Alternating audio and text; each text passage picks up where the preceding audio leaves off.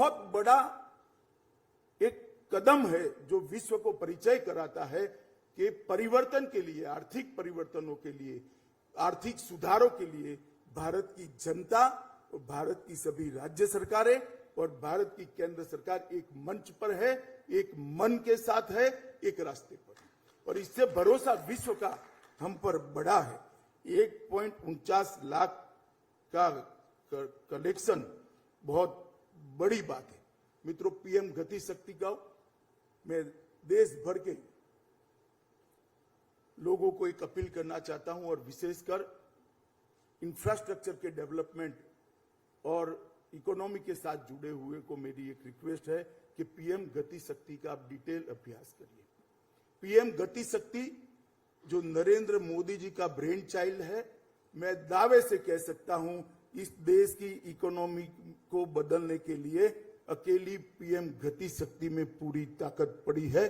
और ये हमारे इंफ्रास्ट्रक्चर को, इंडस्ट्रियल डेवलपमेंट को और पोर्ट पर सामान की आवाजाही को बहुत वाइब्रेंट तरीके से गतिशील बनाएगा। और ये जो इन्वेस्टमेंट हो रहा है इसके फायदे मल्टी डायमेंशनल है। इंफ्रास्ट्रक्चर में इन्वेस्टमेंट हमेशा इकोनॉमी को फायदा देता है, परंतु पीएम गति शक्ति के कारण जो इन्वेस्टमेंट हो रहा है इसके मल्टी डायमेंशनल फायदे हमें मिलने वाले हैं। 1,05,000 करोड़ का इंफ्रास्ट्रक्चर में इन्वेस्टमेंट हमें बहुत आगे ले जाएगा, क्योंकि इंफ्रास्ट्रक्चर के बगैर किसी भी देश का विकास इंफ्रास्ट्रक्चर के बगैर संभव नहीं है। और मोदी जी ने बहुत फर्मनेस के साथ 1,05,000 करोड़ का इंफ्रास्ट्रक्चर का इन्वेस्टमेंट का लक्ष्य रखा है। और इसके साथ साथ मोदी जी ने गरीबी उन्मूलन के लिए देश के 60 करोड़ लोग ऐसे थे, कह सकते हैं आप आधी आबादी से ज्यादा आबादी ऐसी थी जिनका पूरा जीवन रोजमर्रा की जरूरियातों के पूरी करने के संघर्ष में ही जाता था। उनके जीवन में सपनों की जगह ही नहीं थी, वो अच्छा स्वप्न भी नहीं देख सकते थे।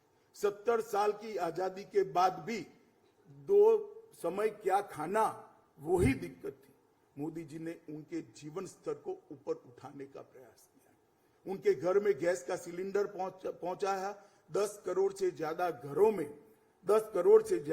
में शौचालय बनाया। 3.5 करोड़ से ज्यादा घरों में पहली बार 70 साल की आजादी के बाद बिजली पहुंची है। 80 करोड़ लोगों को प्रधानमंत्री आयुष्मान भारत योजना के कार्ड के माध्यम से हमने 5 लाख तक के स्वास्थ्य के सारे खर्चे की चिंता से उसको मुक्त कर दिया है। अब जब उनके जीवन स्तर उठा है तो अब वो महत्वाकांक्षा के साथ देश के अर्थतंत्र के साथ जुड़े हैं।